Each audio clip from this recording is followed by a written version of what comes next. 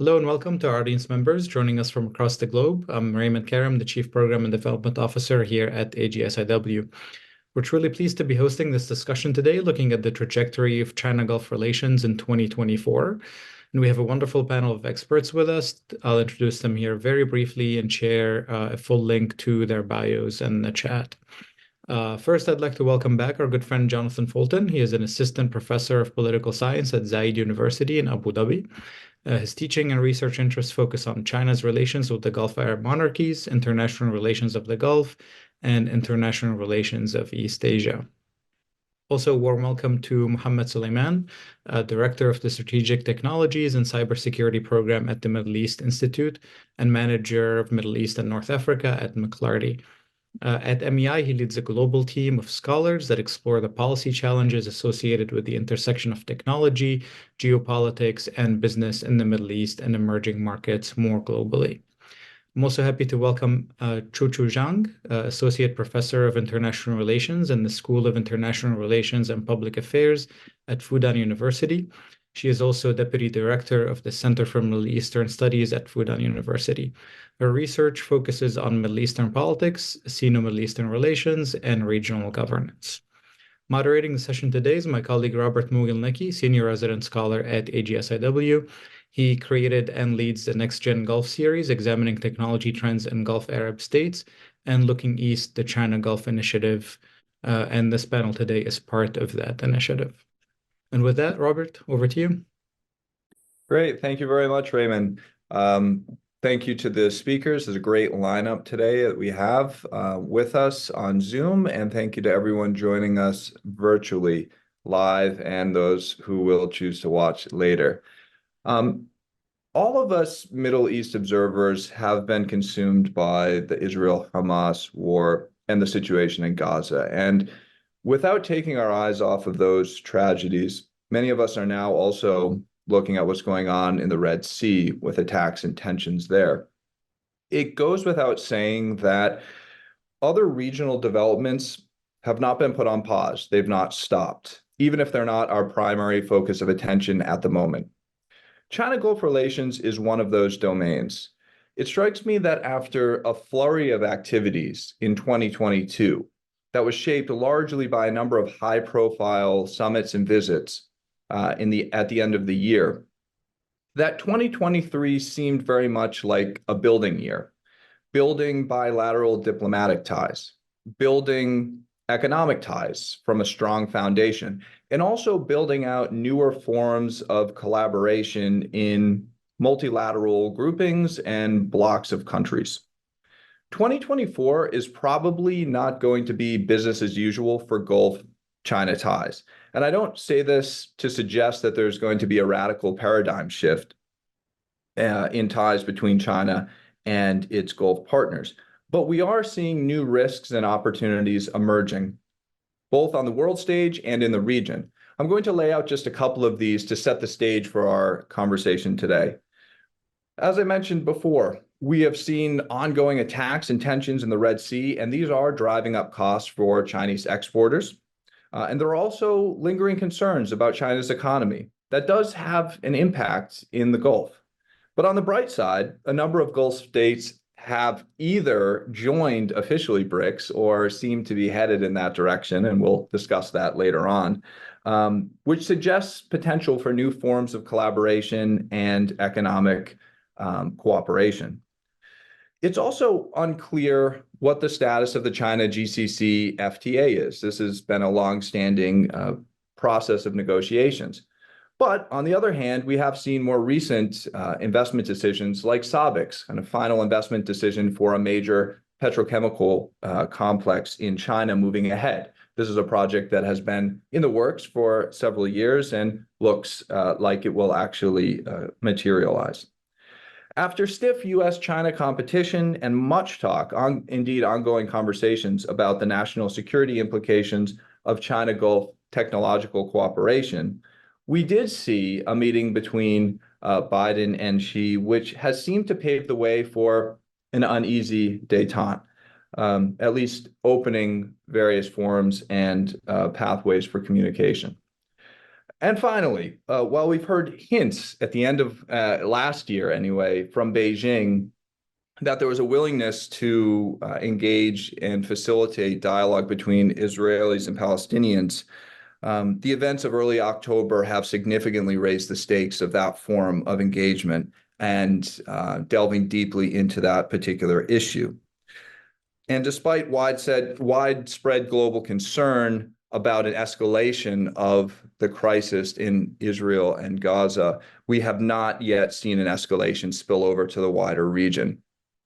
So those are just a few of the kind of risks and opportunities that immediately come to mind. And it's a good chance to segue over to Jonathan to help us tackle some of the tough questions for today. Jonathan, the first question I want to ask you is, we're coming off of a period of, I guess I could say, relative calm in the region, if you look back the last couple of years. And now we have seemed to enter a period with new crises and tensions, renewed crises, and then some newer ones that have come onto the radar. How, if at all, do you see the latest crises, especially in Israel, with respect to Israel-Hamas war and the Red Sea attacks? How do you see this impacting the prioritization of Beijing's interest in the Gulf for this coming year and potentially beyond? Hey, Rob, thanks for the invitation. Yeah, give me the nice softball to start, right? How does it affect or impact China's prioritization of the Gulf? Honestly, I don't think it affects it too much. I think despite a lot of the big high-profile events that you kind of outlined starting December 22 with the summits in Riyadh and the Raisi trip to Beijing last February and the Saudi-Iranian rapprochement and the Palestinian visit and the offer to, a lot of stuff happened in BRICS and SEO. A lot of big things happened last year and got a lot of headlines, but I don't think it fundamentally altered the baseline, which is China's primarily an economic actor in the Middle East and especially in the Gulf. China's often, I think, misconstrued as a bigger actor, as a strategic or political actor here. I think all of those events last year fed into that narrative. But I think if you look at it, the summit in Riyadh, there had been a China GCC strategic dialogue that had been ongoing since 2010. There had been a gap, but this, that was a continuation of it. There was the China Arab States Cooperation Forum that meet every 2 years. It was on track to meet in 22. They did it in Saudi, upgraded it to a summit rather than a forum, but still the meeting was the same thing. And the Saudi China bilateral, I mean, they've had this comprehensive strategic partnership since 2016 with very frequent high-level meetings. So it got a lot more press because it all happened at once, and there was the purple carpet, and it was, juxtaposed against the Biden trip for earlier that year, which everybody took to be kind of us or them kind of binary. And I think the media feeds a lot of this, right? China has big interests here. Gulf countries have big interests with China. It's not really the binary, I think, confuses people or misses the story. China's interests haven't changed. Its approach hasn't really changed. It's been pretty consistent in following a pretty stable economics-driven approach to the region. I think what we've seen since October 7th is China playing politics by saying, we aren't like the US, we aren't a post-colonial power in the Middle East. We don't do geopolitics like other great powers. At the same time, you haven't seen a lot of tangible results from that. It's mostly rhetorical. Because I think the fact remains that China's interests here haven't changed. It does a lot of contracting, it does a lot of trade, it needs a lot of energy, it transfers a lot of tech. All that stuff remains. If they can score points on the US by, trying to highlight some of the differences between how China does power politics and how the US does, that's great. But at the same time, China hasn't really had the answer to these really serious, hard security problems. One of the things that a lot of folks don't pay attention to in the US, and I wish they would, is a trio of initiatives that China's announced starting in 21. There's the Global Development Initiative, the Global Security Initiative, the Global Civilization Initiative. And they came out to not a lot of fanfare, not a lot of recognition, much like the BRI. The BRI came out in 2013, and nobody really paid attention until 2015 when there was a white paper. And then it became the focal point of everything. These three initiatives essentially are China just saying, there's a normative alternative to international politics that's not focused on the so-called liberal international order. China wants to see things done in, the way that Chinese leaders describe it, a more democratic international politics. The Russians call it a more polycentric international politics, but the idea is to give greater voice to non-Western countries in global governance. And you can see China using that in a lot of its diplomacy. I think you can look at it as a point of strength to say China's speaking to a big audience. I kind of look at it as a point of admission that what they were doing before hasn't worked. China had focused from during the entire reform era, starting in 78, on developing relations with advanced economies, countries that you need to study from, that you need to have student exchange with, that you need science and tech transfers with. And those were countries like the Americans and the Japanese and the Europeans and the UK and, these economies. And of course, during the Wolf Warrior days and the COVID days, those relationships have gotten much worse. And I think China's realized we need to recalibrate. We're not going to be able to salvage those relationships without some pretty significant change. So let's go to the other guys. Let's talk to the global South, where there is this narrative affinity. A lot of countries agree. We're sick of the West telling us that we're doing everything wrong. That resonates. I think the idea that that's China's drum to bang and China's alone is wrong. We saw during the G20 summit in New Delhi that Modi said, hey, I'm the leader of the global South too. It's a very competitive space. I think those initiatives explain a lot of what China was doing here last year with the Saudi-Iran thing, which, again, we all know that the Omanis and Iraqis were far more consequential in bringing that to fruition, that they got it to the 5-yard line and the Chinese got it across. But the Chinese leaders would say, this is an example of our initiatives in action. This is the global security initiative in action, and you'd see when they get countries to sign into BRICS or sign into SEO saying, look, countries like our view of a different normative approach to global politics. And that had a good head of steam up until October 7th. And at that point, you look at the region and realize that, hard security, of course, development-driven solutions are important. And I think that you alluded to how actors in the region have had a period of relative stability. Everybody wants a different narrative. Everybody wants FDI. Everybody wants a sustainable economy. People want the Vision 2030 or the Vision 2035 or whatever country you're talking about. And China feeds into that. Working with China on developmental approaches is very attractive and very important. However, we saw with the attack from Hamas and Israel's response that economic solutions or developmental solutions aren't going to solve everything in the region, And in this case, you actually do need the diplomatic bench to go into all these different capital cities and to be able to get people together and convene. And you also need to have that naval presence that's going to be able to turn things around. And at this point, China doesn't have that. There's been a lot of talk, why isn't China doing more in the Red Sea? You've got that base in Djibouti. Again, mischaracterization of what that is. It's not a traditional naval facility. It's there in support of their anti-piracy mission in the Gulf of Aden.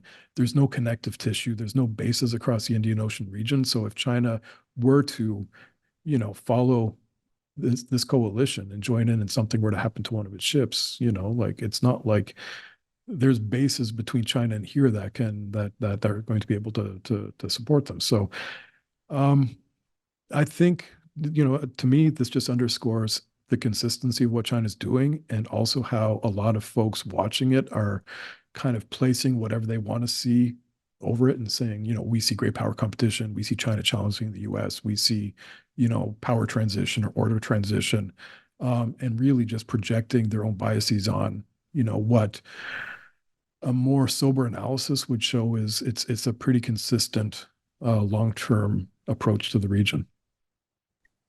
Thank you, Jonathan. And over the years, we've spent a number of times talking about this, and especially during those flurries of media activity for particular events, we've been talking about, okay, what's the long term, what's the trend line telling us? And I do take your points too about some exaggerated analyses of Chinese engagement in the region, and also your point about primarily Chinese engagement being primarily economic in nature. I think those are good points. We see, if we look at the outcome from some of the major high-profile summits, these are primarily kind of MOUs, investment deals, forms of economic collaboration, more so than in other areas. And then to your exaggeration points, but even in the economic realm, some of the deals trying to negotiate an FTA, this has taken a long time. This is going on it's about 2 decades or more now. So even there, it's sometimes hard to get economic collaboration over the finish line. But I guess one quick follow on before we move on, if I were to press you on Beijing's prioritization beyond fostering and enabling economic collaboration, which is, of course, and I agree with you, the foundation and the base, and explains a lot of China's engagement. What would you say is that next level of prioritization for Beijing if you move beyond the economic realm? Is it advancing that normative approach to global politics through different multilateral groupings that you mentioned, or do you think it's something else? I think it's something else. I mean, I think like everywhere, China's foreign policy is mostly driven by domestic pressures. And I think folks in Beijing are looking at the overall landscape and thinking, what is causing us the most problems? And I think a big part of it is the bilateral with the US. You could see when Xi and Biden met in San Francisco in November, I think, whenever the meeting was. A lot of the harsh rhetoric coming out of China's MOFA changed in the week leading up to that because they realized, okay, look, we've been bashing the US and on the Gaza space for a while, but now we actually have to get down to business and do stuff that matters to us. And I think China's relationship with the US serves a lot more of its domestic pressures than anything they get in this region. So, you can look at I think a lot of folks, I've said this countless times over the years, I think people mischaracterize China's relationship with Iran and make it into much more than it is. I think China does a lot more on this side of the Gulf in material terms and ideological terms. I think China sees the Gulf as the Arab side is very important, long-term, economically, politically, you name it. So I imagine with the US election year coming up, with China needing stable relationship with the US, and with the region seemingly on the cusp of nonstop conflict every single hour, this creates political space for China to reach out to the U.S. and say, look, there are actors in the region that we both prioritize working with, so there's some space to cooperate on this. So probably how can you alleviate the pressures on us in terms of trade or tech transfer or something, and we can find something to work on together in different parts of the world. Great. Thank you, Jonathan. I'm going to move over now to Chuchu. Jonathan teed up the economic domain very nicely here, and this is an area that you've spent a lot of time looking at in your research and addressing in different forums. I want to ask, there's a lot of economic momentum in the Gulf region, in particular in the largest economies, in Saudi Arabia, in the UAE, and then in the smaller Gulf countries to varying degrees. I mean, we're seeing major development projects in places like NEOM, in other development initiatives in Riyadh and other parts of the country. And then on top of that, if you add some major high-profile events that are going to come into play in the next few years, the Asian Winter Games, World Expo, just to name a few. This seems on one level like it would present a number of commercial opportunities for Chinese business actors. I guess, where do you see the, biggest and best opportunities for Chinese business in the Gulf, on the one hand? And on the other hand, what are some of the largest obstacles that Chinese business actors face when doing business in the Gulf? So over to you, Chuchu. Okay. First of all, thank you so much for having me. And if I may, I'm wondering if I can just add a little point following Jonathan's comments, and then I'm going to get back to the questions that you proposed. So by all means, please go ahead. Thank you. Right, thank you. Yeah, because just now you were talking about what our interests are in the region beyond economic cooperation. And as Jonathan has just mentioned, yes, like our interest is always driven by the domestic demands. That is very important. And I agree with that. And beyond, I think another very important thing is that we have to protect our own interests. So people are saying that, okay, you are like engaging in the region. So is it that because you have some kind of like big strategy, so you want to become part of like the strategy of global power or something like that? But I would say that right now, because we have the Belt and Road Initiative, so it's not just about the Gulf, but it's about the whole, region along the Belt and Road. And you know that along this Belt and Road Initiative, there are lots of places that are highly risky in the political sense. So like wars, like conflicts, and a lot of things. And pirates, for instance, and the Red Sea crisis really bothers us a lot at the moment. So you will find that to protect our own interests is important. Well, this includes both our commercial interests and also the interests of our citizens. So Chinese citizens' life is also important. So right now, a challenge, I would say, maybe is the United States strategic contraction from the region.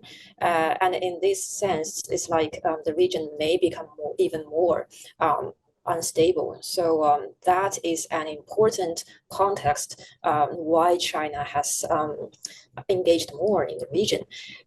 So this is what I want to say at the very beginning. And regarding the question you have posed, it's like our relations with the Gulf in regarding economic cooperation part. Right, sure. Of course, there are a lot of opportunities. And right now, you see, first of all, China is a major country in infrastructure construction. And so right now, as you just mentioned at the very beginning, like China's economy is also an important factor we have to consider. So right now, China, you see that the economy is going down a little bit. And so like we don't have much domestic demands. So in this context, we need to seek more external demands. So that is why we are seeking overseas market. And of course, the Gulf region is a big market. And also, as you see, Saudi Arabia and the Emirates and all these Qatar, all these countries, they are like emerging regional powers. And also, they are developing like strategies of economic diversification. They're trying to reduce their dependence on energy exports. So in this sense, they require a significant amount of infrastructure, and also they are interested in like digital infrastructure, right? So right now, I think these are like two most important focus of our cooperation in the economic sense. So on the one hand, we have a lot of like infrastructure constructions, as you have mentioned. The World Cup in Qatar, for instance, brings a lot of like infrastructure construction opportunities for us, also a lot of investment opportunities for us. And also at the same time, like digital infrastructure is also another, it's not just digital infrastructure, but we call it in China, we call it like new infrastructure, but because it has also like and the charging powers of the electronic cars, for instance, although they are not very popular right now at the Gulf, but maybe it's a trend in the future. So it's like a lot of like high-tech infrastructure, like we can also upgrade the already existed railway to like modernized and 5G ones, perhaps. So all these kind of like new infrastructure stuffs are also an important focus. And according to my own research, I have also published it. So right now, the Gulf is the second largest new infrastructure market of China, second only to Southeastern Asia. So you see, they are very important for us. And right now, I'd say there is an overlap between the Belt and Road Initiative and the Gulf country strategies such as Saudi Vision 2030. But of course, there are a lot of challenges. So it's not like, yes, so there is a honeymoon between China and the Gulf, that is for sure. But on the other hand, there are also a lot of problems. The first one is actually investment. So it's very tricky because both sides need investment. So you see, why the Gulf is very important for us and why there are lots of like interactions between the two parts. One important reason is that many of the Belt and Road Initiative countries are developing countries, right? And people are always saying, oh, why are you like dealing with those African countries or Latin American countries? Are you like, is it that you are having some big strategies or some, some strategies like under the table or whatever? But actually, an important reason is not that we choose or we prefer to work with these countries, but an important reason is that the Western countries don't want to work with us at the moment. So in this context, so we have a lot of Belt and Road Initiative call. So you don't have any choice. So you have to work with many developing countries, but in that sense, it means that you have to invest everything. And of course, we don't have that big investment capacity. And also, as we just talked about, like China's own economy is going down. So what makes the Gulf very special is that, first of all, they're very stable or quite stable. They don't have high political risks. And the second thing is that they are also rich countries. So many Chinese companies, when they come to the region, they expect that, okay, we can get investment from these regions, right? So they hope that they can make a lot of profits. Although it is true that these are like rich countries, but the Gulf countries are thirsty for investment as well. On the one hand, so why are these countries rich? It's because they depend on the oil and gas. But the thing is that in the context of the development of new energy, and also in the context of the geopolitical landscape in the whole region of the Middle East and North Africa, you see that the revenues and investment capacity of the Gulf is not very stable. So, and also in the future, it's like if the new energy is going up, then it means that probably the region, they may have less, investment capacity. And also at the same time, as you mentioned, there are a lot of marvelous projects like the Neon City or these kind of things. And all these marvelous projects require a lot of investment, So it's like even Saudi Arabia, even the Emirates, they need investment, and sometimes they ask us for the money, right? So it's like both sides need investment from the other side, and that is the first challenge. And the second one is local protectionism. So it's like although you will find that, okay, these countries, they are rich countries, they have very good investments like opportunities. But the thing is, if you create a company in the Gulf countries, in most occasions, you cannot just create a company by yourself, but you have to work with local companies, right? And the thing is, it can cause problems sometimes, right? And also it can cause losses. And also there is big difference between the mindsets, between the culture, between the way of doing things. So this kind of like cooperation can also cause problems. And the third issue I would say is the competition. So first of all, there is the competition in the non-sensitive sectors. For instance, if we talk about infrastructure, so China is strong in a sense, but actually we face a lot of competition. So we have to compete with United States companies and also European companies. There are a lot of like very big, very famous infrastructure construction companies as well. But also at the same time, we also see competition from the local side, because you see like in Turkey, there are also a lot of rising infrastructure companies, right? And so we also see competition from them.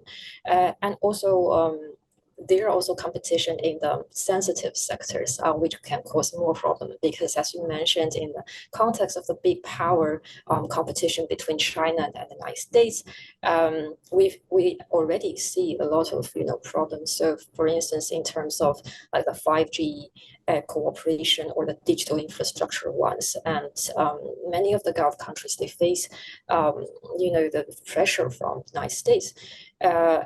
And lastly, and I would say last but not least, is the mindset or the arrangements in the Gulf. So you see, so if we just read some newspapers, we will find that, okay, right now, like there is a great relations between China and the Gulf, but actually you will find that the Western countries, they have very deep soft power in these places. And in the Gulf countries, they have a very structured, very fixed mindset. It's like so for instance, in terms of economic cooperation, in terms of the infrastructure construction, they have this kind of like hierarchical mindset. It's like the first tier is always the Western companies like Western enterprises. So they're going to be the designers, the managers of a big project.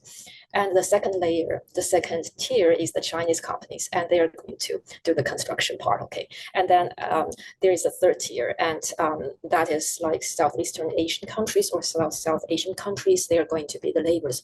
So it's like whenever they have a project, that is the common like structure, and China hopes that we can maybe like make a change in this sense. Yeah, so I'm going to stop here. Thank you. Great. Thank you so much. You put a lot on the table there to consider, and we're going to pick up on a number of those points.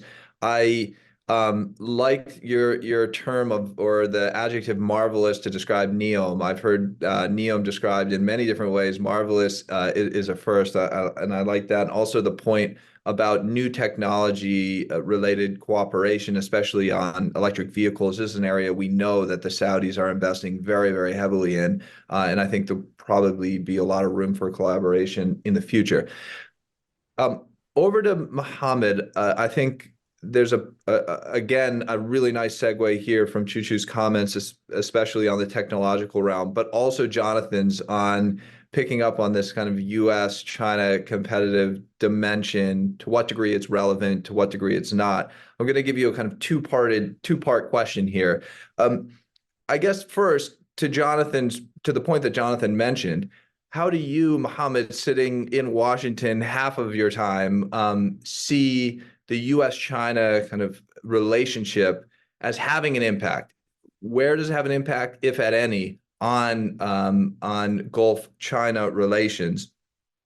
And also, perhaps relatedly, but I'll let you take it how you want, what forms of China-Gulf technological cooperation are you following very closely? I know you're looking at this topic day in and day out. And maybe you could just explain a bit, why exactly is this area of ties of such a concern and of such interest to many policymakers, at least in Washington? Over to you, Mohammed. Thank you, Rob, and thank you so much for hosting us and the team at the Arab Gulf Institute. So let me start with offering a framework on how the Gulf thinks about that. As someone who has spent time commuting between DC and the Gulf, particularly Saudi Arabia, and having personal ties to the region, it feels to me that the conversation is entirely about China, but this is not really the view that I have. Let me start by saying that the Gulf, like any other sub-regions around the world, recognize that there is a shift of power from the West to the East, and this is not hyperbolic. This is driven by GDP, trade, patent filing, R&D spending, and military might. We are seeing a gradual shift of the power center to the East. People could argue Indo-Pacific. You can argue it's the Asian supercontinent, but clearly there is a shift. And that shift doesn't particularly mean the decline of the United States, but does mean the decline of Europe as a player, and both are different. Second, the Gulf states are becoming much more Asianized, are becoming more Asians, becoming more part of the Asian supercontinent. So it's not just about building partnership with China. It's about building partnership with all the rising Asian powers from Korea, Japan to Vietnam, Indonesia, India. So with that framework in mind, that explains why the Gulf countries are part of BRI, but they are also part of the India-Middle East Europe corridor. It's fine for them to be part of BRICS, but at the same time, they are in the I2U2. They're not contradicting. They are part of a broader trend of Asianization of the Gulf in terms of economy, strategic choices, military, trade, what have you. So the conversation, while in Washington, we're making the conversation entirely about China, I would say the conversation in the Gulf is about Asia more broadly. To give you an example, At the height of the humanitarian crisis in Gaza, we had the GCC ASEAN summit hosted in Riyadh, as if this is a message that we're not going to be distracted. We have our own economic priorities, and that includes building ties with Asia. I coined that the Asia minus China strategy that the Gulf is pursuing. Let's build relationships with other capitals and nations that we believe that are important for us economically, technologically, and other factors. Back to the first question that you laid out for me, which is, what's the impact of the US-China competition on the Gulf? I mean, let's define the competition itself. We are right now caught into a Cold War between China and the United States that's undeniable. And the two nations are behaving as such, right? It's more of a tit for tat. Since the Trump administration, Washington has been pursuing a containment strategy, multi-layered, multi-dimensional containment strategy in the Indo-Pacific. You can argue it's Quad, AUKUS, trilateral with Japan and Korea, increasing our partnerships with Philippines. So you're literally talking about military containment in the Pacific. And also under the Trump administration, we also pursued a tech containment strategy that started with Trump team crusade against Huawei, ZTE, 5G network. We launched the Clean Network Initiative, forcing allies and partners to remove Chinese equipment from their 5G. So this is the American part of the bargain. The Chinese part of the bargain is also they're trying to respond, as they should, right? America imposes export control. China imposes export control on rare earth minerals that's needed for the United States. You're trying to pursue minilateral formats like ITU to India Middle East corridor. So we're gonna make sure that BRICS is a much more expensive format. We're gonna expand Shanghai Security Forum. So this is the competition we are witnessing right now. How this is impacting the Gulf? Of course, it's impacting the Gulf in multiple factors. It's adding a layer of friction, tensions for the Gulf. The Gulf semi-tier, they are a security partner to the United States, economic partner to China. That's a cliche, but it means something. It means that when the United States decide that Washington will impose draconian export controls on chips and AI chips exported to China, that will expand to third countries. So when you are expanding the export control to third countries, that means that if you have a forward-thinking, innovative strategy, digital transformation, you're going to be impacted. Your AI models, your large language models will be impacted because eventually they're going to be limited supply of some of the most advanced chips. Let's talk about EV. Now we have the IRA, which is a point of friction between us and the Europeans, are going to be part of the American EV ecosystem, or you want to be part of the Chinese EV ecosystem. So it comes with a cost in terms of economy. And then building on what Jonathan said earlier, I mean, we're also in a moment in the region where hard security matters. So this is also something that the Gulf countries are trying to balance. Eventually, it will always end up being Washington having the stick, trying to impose some sort of a security equation in the region. And this is something that's very fundamental to Gulf security. I know I touched on technology, but let me add another layer on technology, since this is something I follow closely.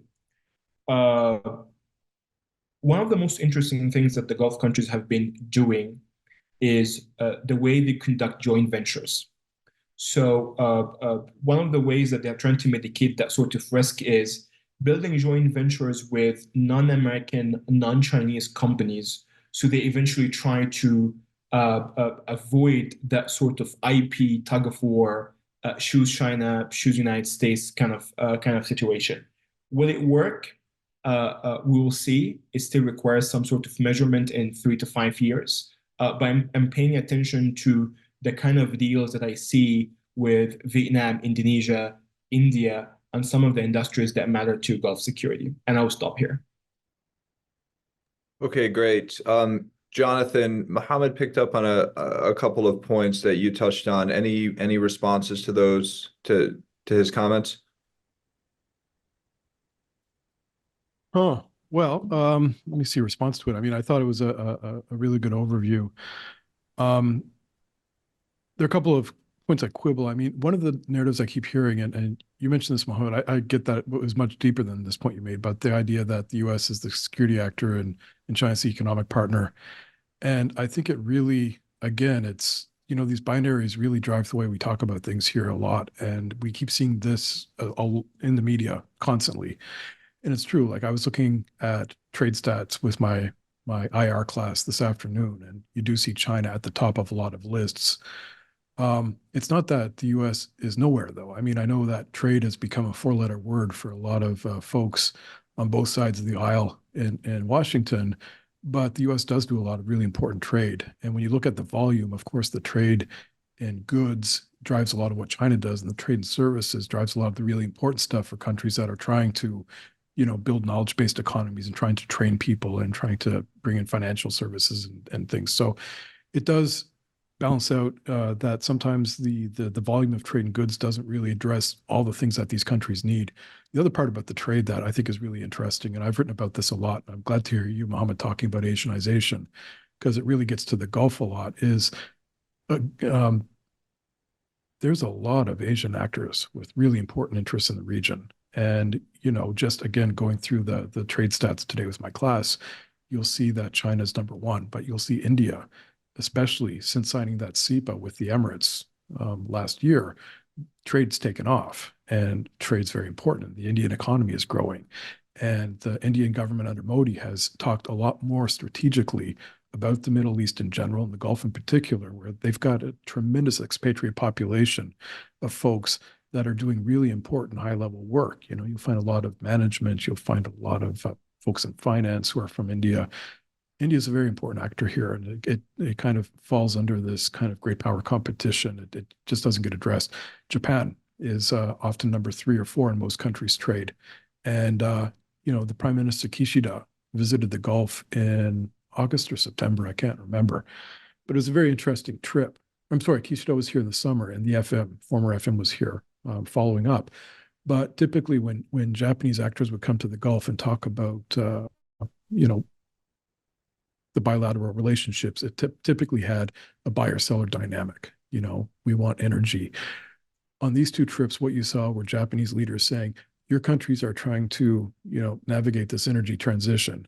And Japan is an energy-poor country that's had to do some pretty interesting stuff in this space. And we can help you with that. We can help you develop the tech that you need to transform your energy consumption. And you could see the Japanese talking about the region also in more strategic terms in these meetings. Korea has defense cooperation with the Emiratis. There's the AC force, the AC unit here, which does special unit training, and they've made a commitment to cooperate with the Emirates if they're ever under attack. And they also do really important stuff. So it really is more than just the idea that the U.S. provides the security and China provides the economy, and that's the end of the story. The thing I'd point out, when all those countries I listed, Japan, India, South Korea, those are all U.S. allies or partners that cooperate deeply with U.S. on Indo-Pacific strategy and a lot of strategic affairs. I'm not saying that kind of alignment plays out in the Gulf, but it certainly makes things a lot trickier for China in a way that people don't really talk about very much. The fact that, India through, Mohammed mentioned the I2U2 and the IMEC, India is doing a lot more in the region. And that stuff sometimes is in direct competition with stuff China wants to do. So it's just a very fluid playing field here with a lot of actors, to say nothing of the Europeans and the Brits and the Turks and all the local actors too. To just say, China's coming in and challenging the US, I think is a sexy story, don't get me wrong, but I think it's also a lot of misdirection. Thanks, Jonathan. I'm going to give Mohammed a chance too to add on to his statement, because I think, in many respects, he did mention that, threw that out there, with the caveat that it is very much a cliche. and he did a good job laying out a number of those different actors. So I will give him the chance to jump in. 2 quick points. We have some questions rolling in. We are going to start to weave those into the conversation upon the hour. So please go ahead and submit your questions into the question and answer section. The other point has to do with continuing this conversation about China not necessarily being the only economic actor, or even in a number of different industries and sectors, the most important economic partner for Gulf countries. Even in the energy space, if you look at Chinese energy imports, you can see that for some countries, China is the most important importer, but not for every country. And it depends. If you look at crude oil, you look at natural gas, you'll see that in some cases there are other Asian countries that are actually more important importers, historically speaking, and even to date than China, so to speak. I think that the big takeaway there is that Chinese markets, even for a commodity as important as hydrocarbons, it's not the only game in town. You need to keep in mind the other Asian markets. Mohammed, did you have any additional comments before I think I'll move on after that to a broader question about BRICS. No, thank you, Jonathan, for expanding on the points I was making about the Asianization and the Asian powers in the region, Korea, Japan, Indonesia, Vietnam, all these countries. But I'm going to add 2 caveats. I agree we should not look into the Gulf as a bipolar structure in terms of China as an economic player and America as a security player only. The caveat is Washington is not capable of providing. I'm sorry, let's break down the trade that Washington and the Gulf have. It's more strategic than mass goods. It's more of Boeing has a strategic sale, which is a very strategic deal. You can argue that, aviation, to Riyadh Air. But in the same time, Washington cannot really provide 5G equipment. You cannot offer RAN. You cannot offer EV mass investment into that. Part of it is Washington is much more restrictive about IP. Second, actually, Washington is really good at it. So guess what? Washington is not part of that sort of equation. It's not part of the equation of shipbuilding yards. So the Gulf Emirates has to go to Vietnam, to Philippines or Vietnam to look around for partnership. You're thinking about developing your own EV. You go to China. You're thinking about your own semiconductors. Maybe the UAE will buy Global Foundry, but at the end of the day, the availability of that sort of tech only exists in Asia outside of Washington during that sort of time of intensity. So I agree we should not see it as a bipolar structure, China as econ player, Washington as a security player, but kind of feels as such, at least in terms of filling the needs of the Gulf nations. Second point about the Asian powers engagement with the Gulf. I agree many of these countries are either partners or allies to the United States. However, their engagement with the Gulf nations is still not within the same framework that Washington has for the region. I don't know yet what does it mean. We know for a fact that Korea is very invested. Korea and Japan are very invested in maritime security in the Gulf because of energy flow. But beyond that, beyond immediate security goods and beyond the immediate security concerns, I don't believe there's still a collective Asian vision for the Gulf beyond the immediate concerns. And I'm going to stop here. Great. Thank you, Mohammed. I'm going to pivot, to use a somewhat charged term in this space, to BRICS. This was mentioned a couple of times, I think, by the 2, if not all, of the presenters. And I'm going to start with Chuchu. I'm curious what your expectations for Gulf country participation in BRICS. What exactly they are. We have at least the UAE and Iran formally joining BRICS, as far as I can tell, at the beginning of this year, based on official statements. Saudi Arabia, many of us believe Saudi Arabia had officially joined at the beginning of the year, and then some official statements walked that back. It seems like Saudi Arabia is moving in that direction and eventually will. That's what I expect, but maybe there are different views here. But what really should we be focused on? I mean, this is a loose grouping of countries bound by a certain degree of, I guess, some economic interests that are overlapping at times, conflicting at other times. Where, if we wanted to distill down the important areas to watch, at least with respect to Gulf-China partnerships through this broader BRICS framework, where would you be looking? Thank you so much for the question. So first of all, I think I have several points to share with you. So first of all, I think actually when it talks, so first of all, like this, the new members, like 3 or 4 of them are Middle Eastern countries, then it means that the Middle East is becoming more and more important, of course. So first of all, I would say that this is a label of the global south. So when you talk about new international organizations like Shanghai Cooperation Organization or like the BRICS, like they are just like some new labels and new rising organizations of the global south. And what does it mean? So I think both China and also the Gulf countries, they need it. And why is that? Because like both parts are trying to promote their status. But for China, of course, it wants to promote the big power status, but it doesn't really mean that it wants to like make inroads everywhere. But as Jonathan has just mentioned, like a lot of interests are domestically driven. So it's like we always want to tell our domestic audience that now China is not like before. Now, like we are more independent, like we can decide our issues and this and that. And also, I think the same logic applies to the Middle East. Middle Eastern powers. It's like, for instance, the Gulf powers, they also want to, especially many monarchies, they want to show their audience that we have achieved something, right? So we are really doing something big.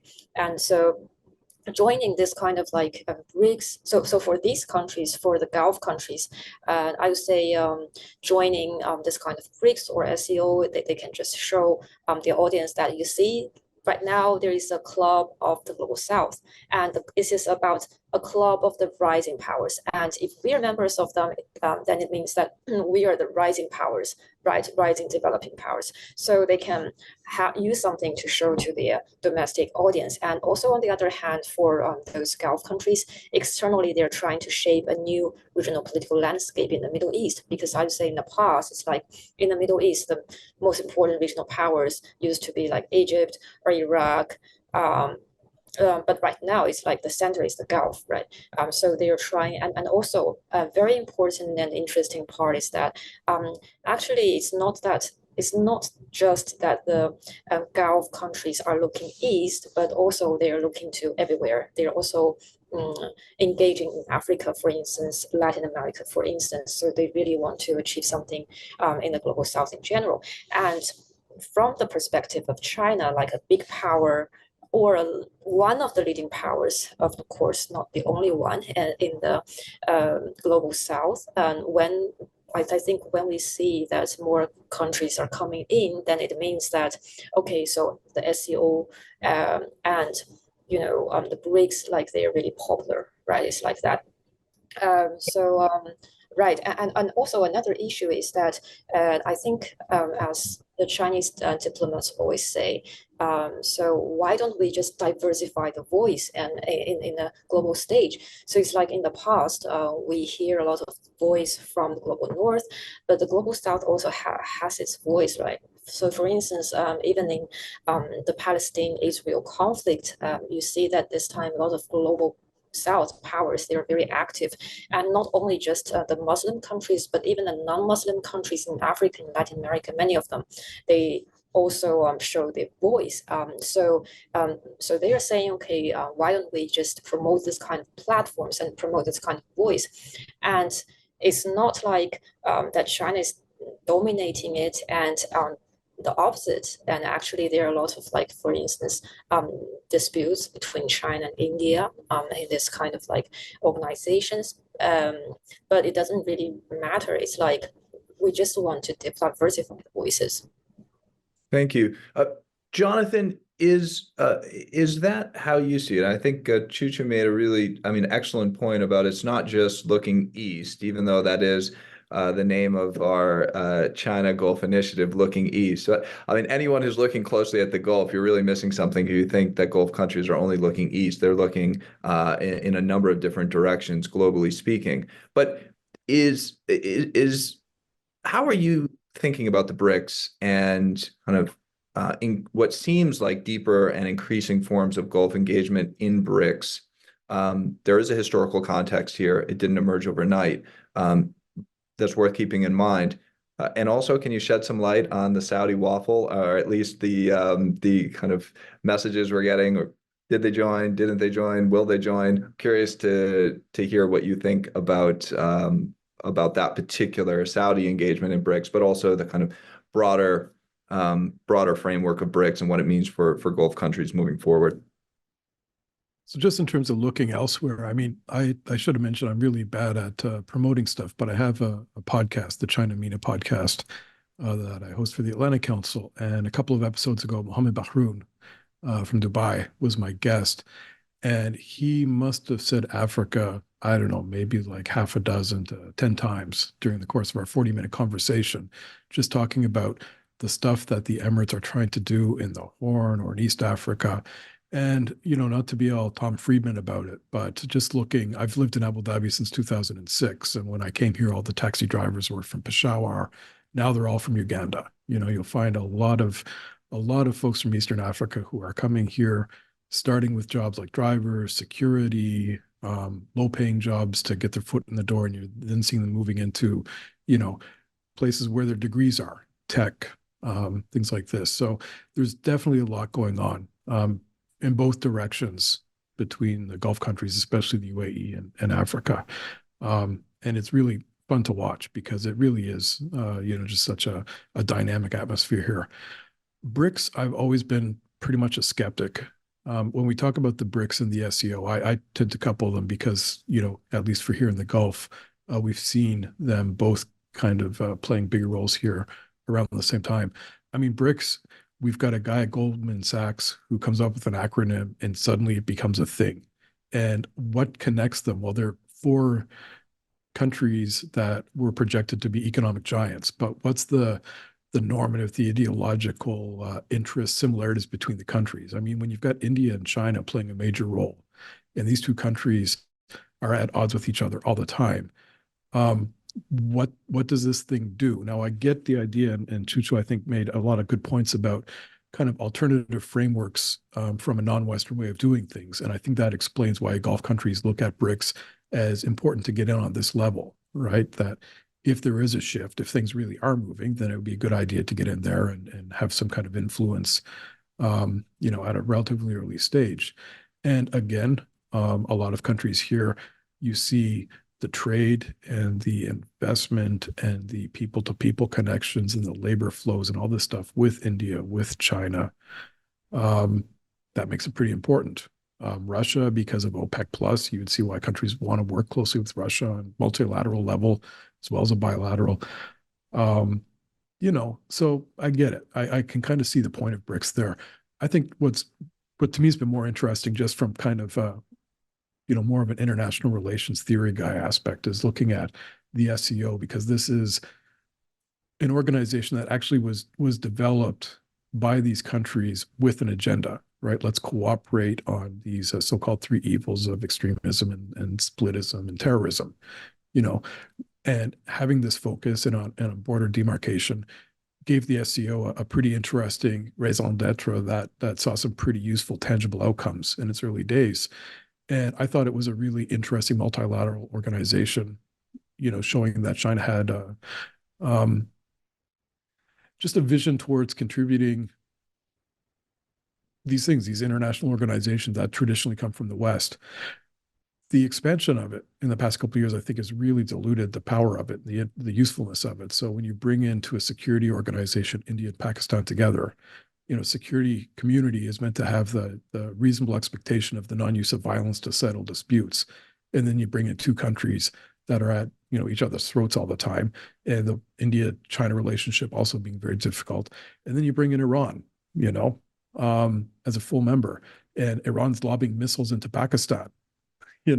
This creates some real problems for the SCO and also for Chinese-led multilateralism. What's this going to mean for these institutions if their own members are actually lobbing missiles into each other's territory? I think for Gulf countries, the idea is, collect as many memberships as possible, especially when countries you do a lot of business with, especially when Iran gets involved, because you want to balance Iranian influence in these types of organizations with developing your own. And in these, I think, maybe not in the SCO, but in BRICS, the economic heft of the GCC countries gives them a lot more, influence or sway than Tehran could offer. In SCO, I think the fact that Iran is intimately engaged in a lot of these Central Asian, Afghanistan, terrorism, stuff that impacts their countries directly. Maybe Iran's more useful in the SCO than those countries. But at this point, what comes of BRICS and SCO for these countries, I really can't tell you with any kind of clarity, because it really just seems like, membership for the sake of having it. My sense is, at least with respect to BRICS, you've got to dig at least one level deeper down to some concrete foundation or entity like the BRICS lender, the New Development Bank, and look at what kind of actual projects are happening potentially with Gulf actors through that type of through that entity and that forum of collaboration. But Mohammed, just to wrap up this question on BRICS, and I'll throw the SCO as well into this. Obviously, you've got a kind of more economic-oriented organization block, and then more of a security, global politics focused, two different entities. Do you see? How are you thinking about Gulf participation in either of those blocks, or both? Is there one that you think presents more opportunities? And also, are you able to shed some light? How are you thinking about how Saudi is approaching BRICS and this messaging back and forth? Do you expect them to formally join? Are officials trying to accomplish something by saying they're still considering their membership, which seemed like it was a done deal at the beginning of the year? I'll let you wrap up this conversation on BRICS, and then we're going to turn to some of the questions that have come through. I agree with Chuchu and Jonathan on BRICS. I will add a framework about why the Gulf countries, or mostly Middle Eastern countries, joined BRICS. Clearly there is dissatisfaction and resentment, growing resentment against the liberal international order. We have a tendency in Washington to frame every single nation that's dissenting from the liberal international order as revisionist power.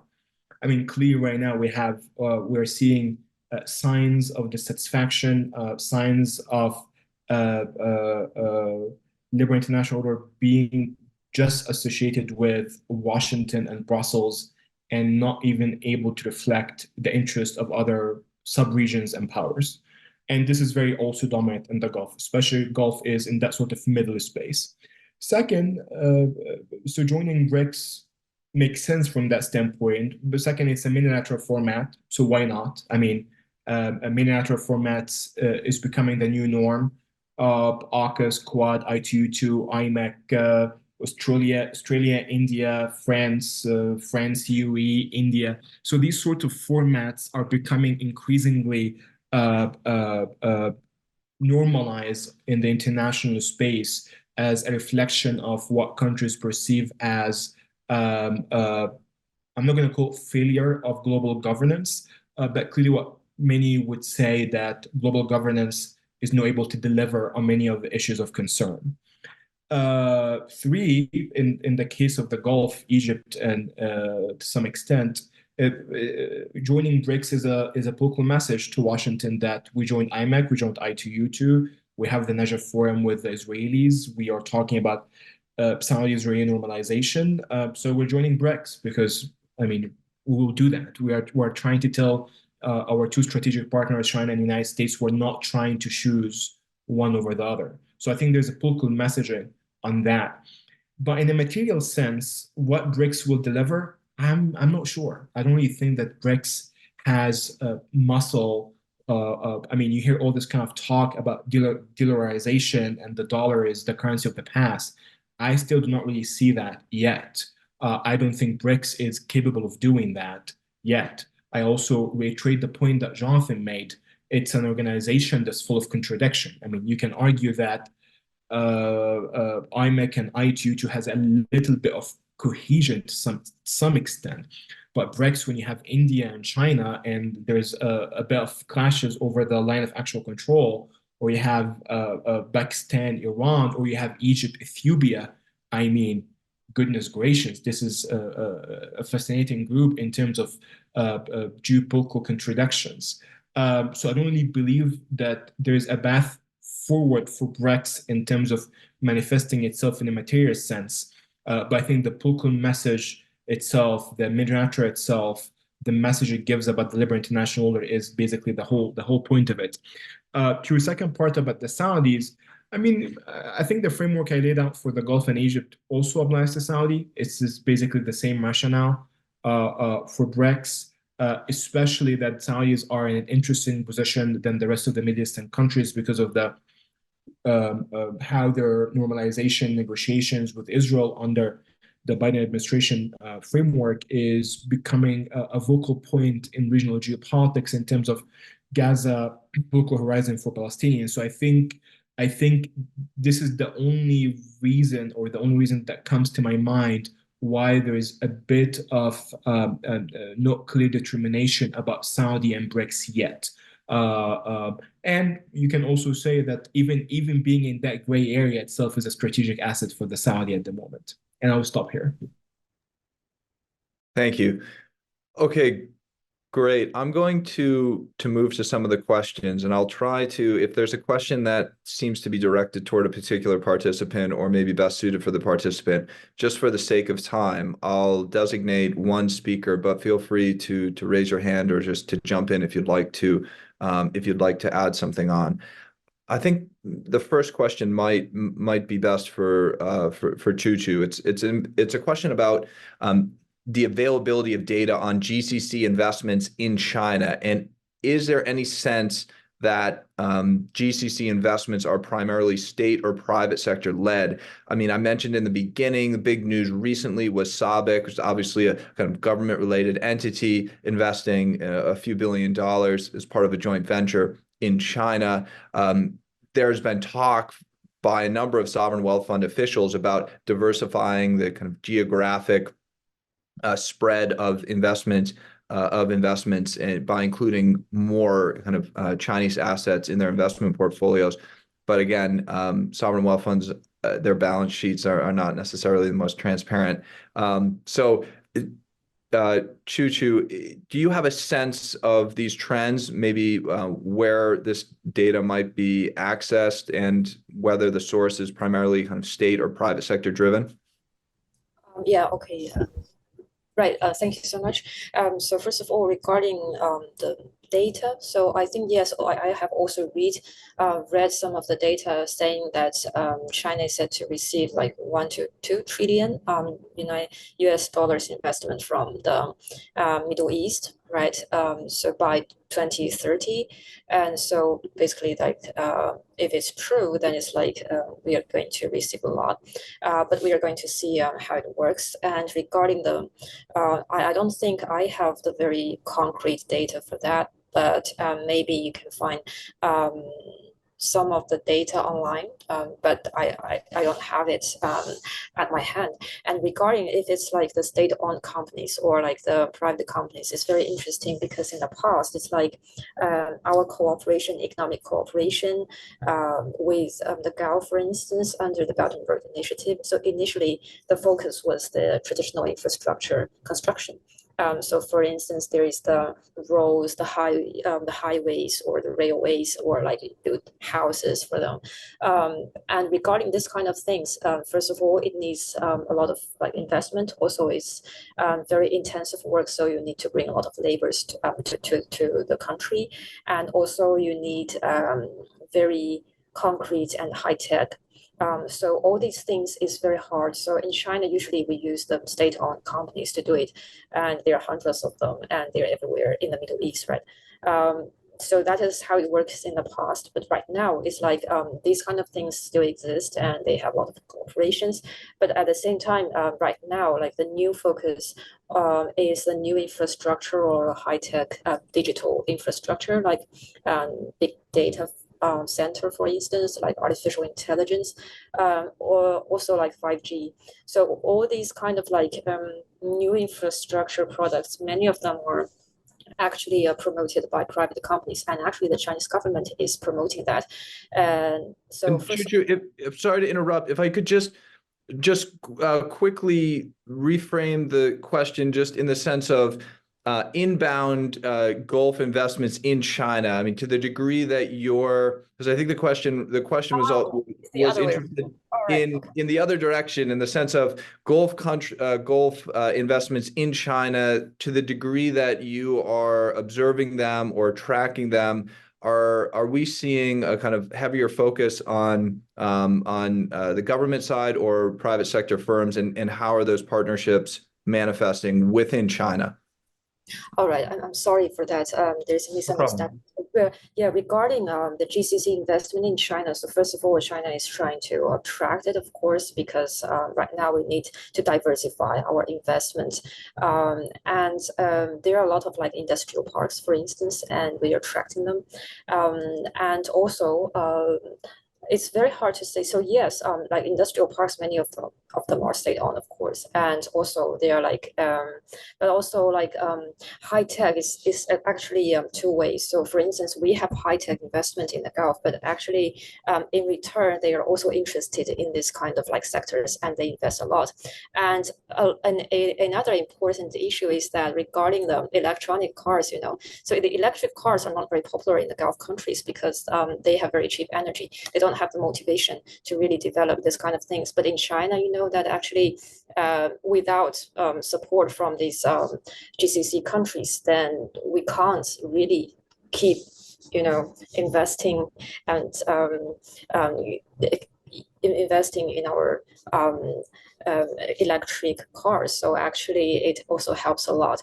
And another important point is that we are not just attracting investment from the GCC countries to our own projects within China, but also the BRI projects, because the new focus is a third-party cooperation.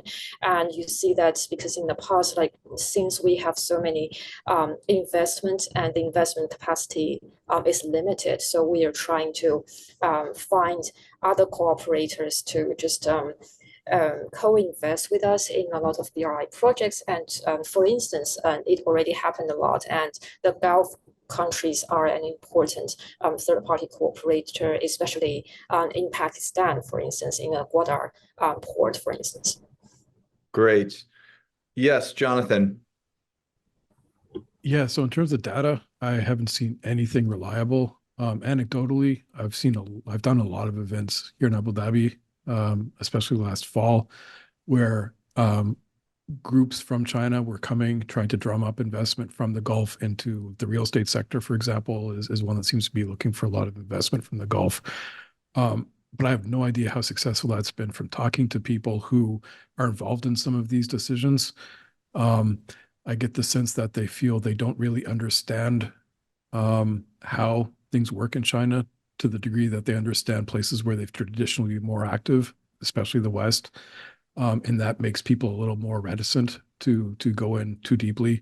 I remember hearing an interview, Hank Paulson talking to Khaldun Mubarak, who runs Mubadala.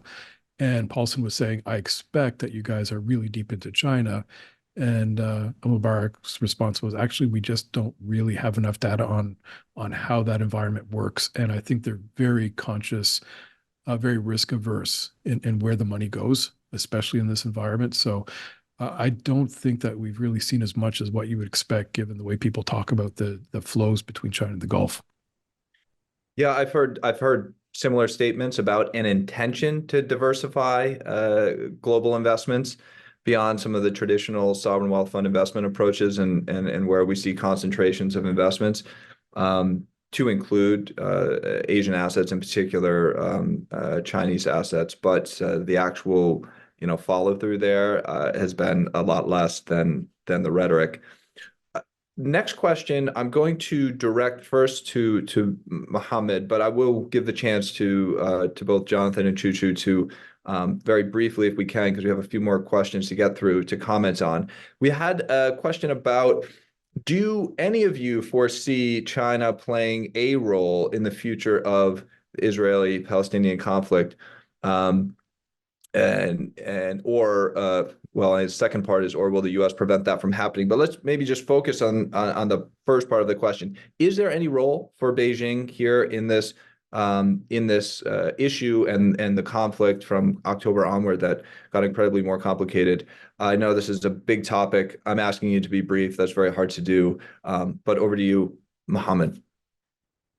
I don't think this is feasible. I don't think there is the leverage.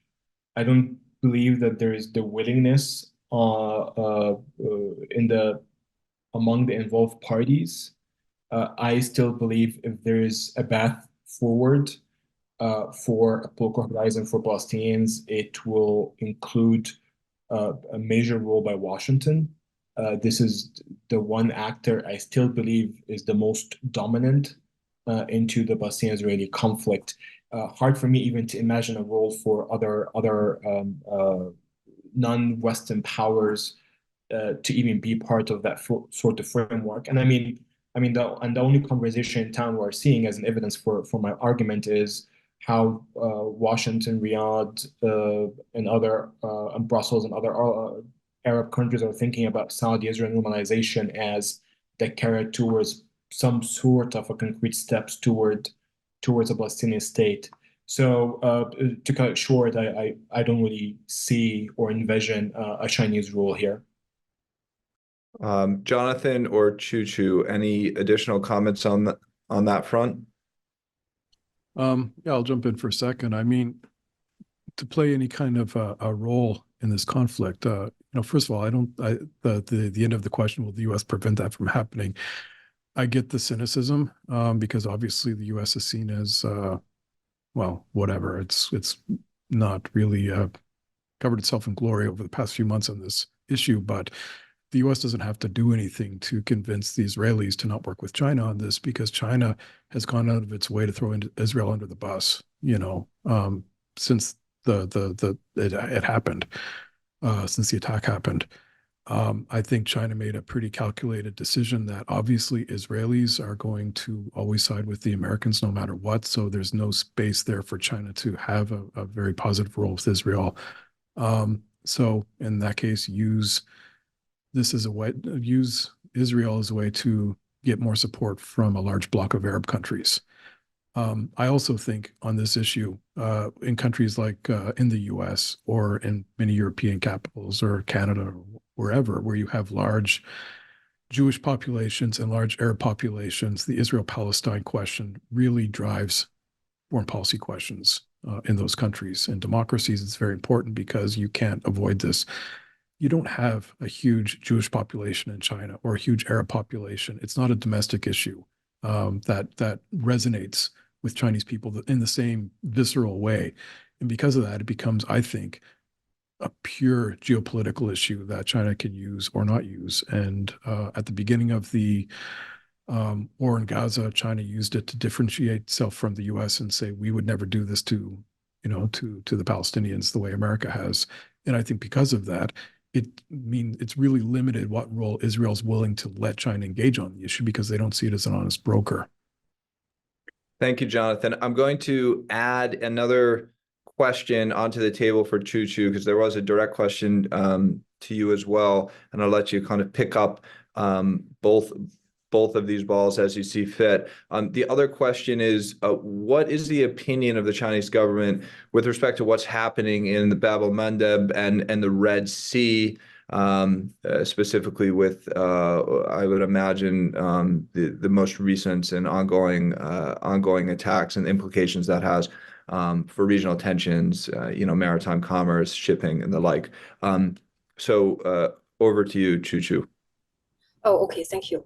So first of all, I would say that from the Chinese government perspective, of course, we support like global navigation order, and also well, there are a lot of like rumors and different stories, but a lot of people are saying maybe China, at least like so far, Chinese ships have been attacked by the Houthi rebels, so it seems that China is a winner, but actually this is not true because China is actually a victim.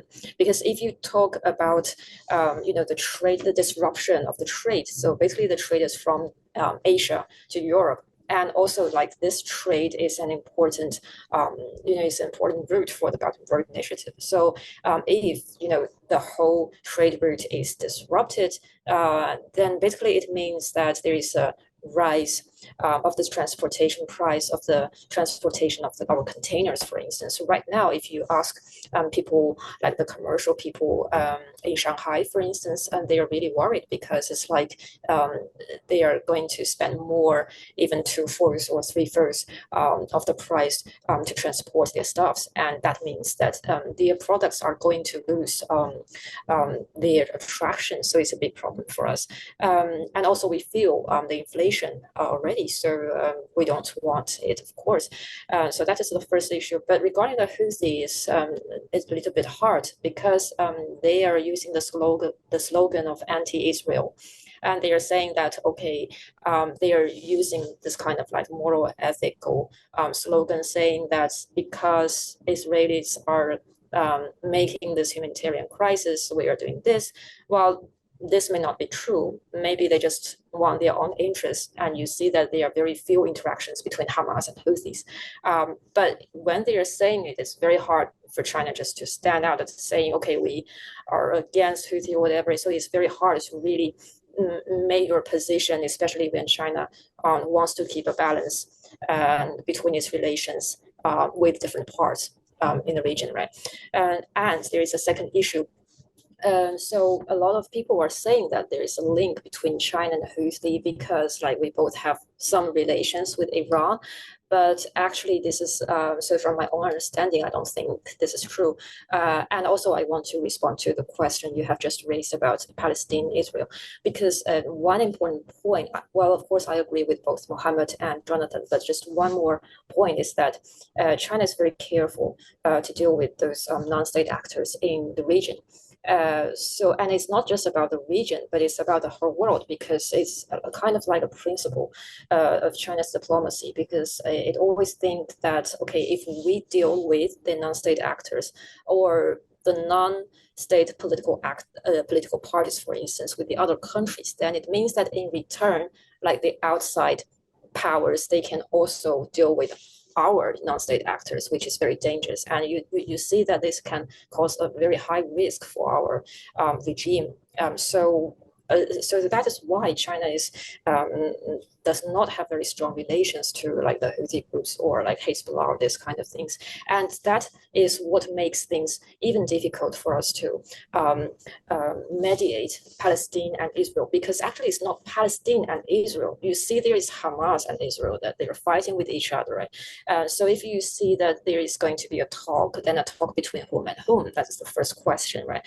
And if it's about, so the core issue is about Hamas and Israel, but how is China going to approach Hamas? That is also an issue.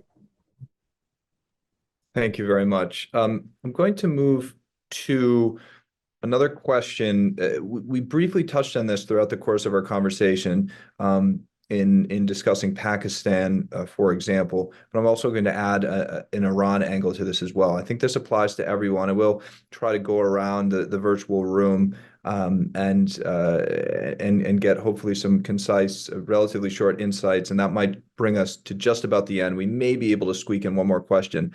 But the question is, to what extent is cooperation between the GCC and notably Saudi Arabia and China, supporting countries that are strategically important for both parties, and looking to explore opportunities for burden sharing. And the example here put in the question was Pakistan. In other words, do you believe that China and Saudi Arabia are trying to establish a more efficient and result-oriented rules-based approach or framework to development aid where their mutual strategic interest requires that? I think I would add, just because we haven't talked a lot about Iran here, although it was mentioned in a number of different conversations, where does Iran fit into Beijing's calculation within the region, and especially given some of the diplomatic agreements last year and the kind of an uneasy warming or easing of tensions between Saudi Arabia and Iran, at least on a diplomatic level. So maybe we'll start with Jonathan to tackle this question, and we'll move around the room. Yeah, that's a good one to end on, and then to ask for a succinct on the big, one of the biggest questions of the program. I mean, I remember talking to a Pakistani diplomat back in 2016. I thought there'd be a lot of Saudi and Emirati money going into CPEC, China-Pakistan Economic Corridor projects, because you would see, deep, long historical ties between Gulf countries and Pakistan. And when, China's creating this framework for addressing some of the security issues through development, you would think that this would align pretty neatly with Gulf countries. So I was asking this Pakistani diplomat, like, how successful have you been in drawing, support, whether political or financial, from Gulf countries? And he said 0%. And I was surprised, and I asked why, and he's like, oh, ask our neighbors to the south, i.e. India. And then you look and you realize that, the Gulf countries are doing so much with India and so many different things that, why work with Pakistan, which is a security problem for a lot of external countries and investors, when you can work with one of the world's biggest growing economies. And I think that applies, in a lot of areas. Like when you talk about Iran, for example, I realize the question isn't just about economic issues, but I think Iran is a notoriously difficult environment to work in, for non-official Iranians, let alone folks from China or from Saudi or whatever, right? When you've got a system like the Islamic Republic, it's really hard to unless you've got access to the Quds Force, it's pretty hard to make things work.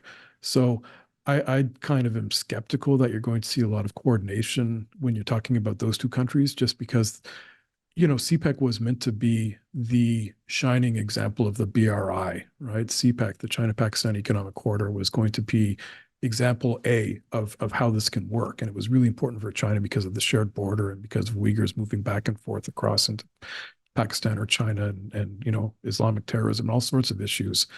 And it just hasn't played out. There's been violence against Chinese. There's been projects that aren't working. It's just not achieved a lot of what's been meant to.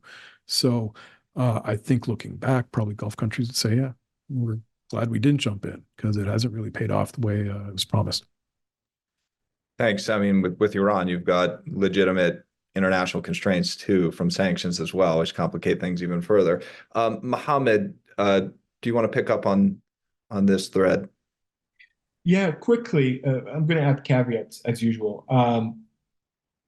Legacy relations for the Gulf will be tested, examined, and if they fit with the new Gulf, they fit. If they do not fit, they're going to be left behind.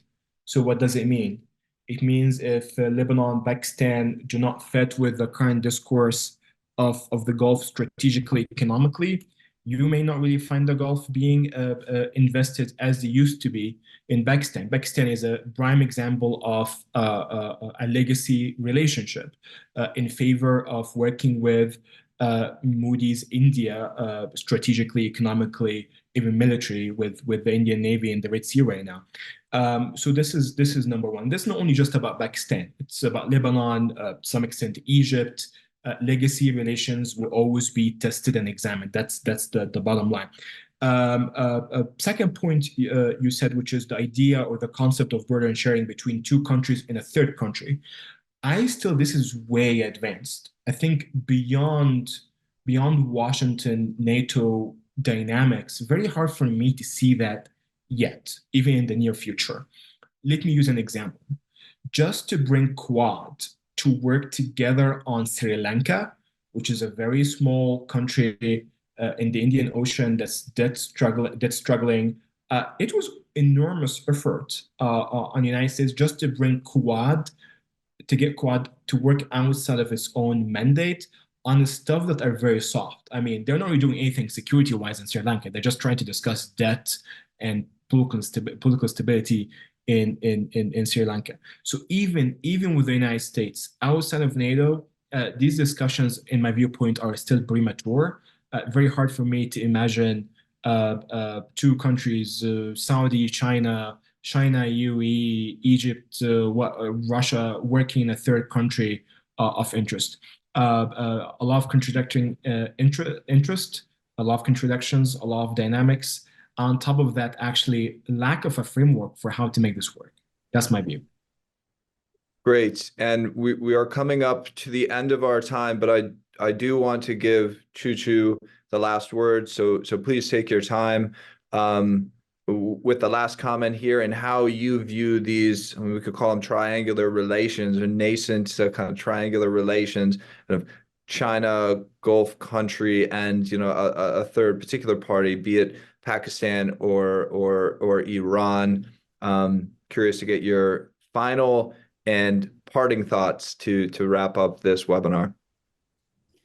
Right. So regarding this third-party relations, it's going to become more complicated, of course. Well, there are a lot of common grounds. For instance, we all want to share the risks and we want to co-invest. But at the same time, you have to keep in mind that there are a lot of disputes and different interests. So for instance, regarding the CPEC, I agree with both of our panelists. And also, I just want to add some points. For instance, first of all, you see that Saudi Arabia is investing a refinery in the Gwadar city, and also they are trying to make it very close to the Iranian border, and they are trying to, doing it and trying to and also like the place where they create this oil refinery is very close to Iran's province where Sunni militants are very active. So it actually adds to the layer of complexity to the power struggle between Saudi and Iran. And this actually worries China a lot because China always wants to keep a balance between these two camps. And also another issue is that you see the establishment of an oil city in Gwadar. It means that in the end, it's going to reduce China's oil imports from Iran. It means that we don't have to import, oil from Iran. We have other choices.